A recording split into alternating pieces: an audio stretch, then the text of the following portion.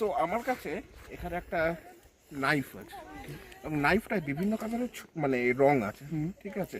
যেরকম এটা হচ্ছে ইয়েলো, এটা হচ্ছে ভায়োলেট, এটা হচ্ছে হোয়াইট, এটা হচ্ছে রেড, এটা হচ্ছে ব্ল্যাক, আর এটা হচ্ছে গ্রিন।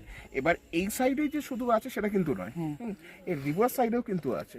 আপনাকে একটা কাজ করতে হবে, call out any number from 1 to 6, যেহেতু এখানে 6টা কালার আছে, call out any number from 1 to 6। Okay, red. You want red?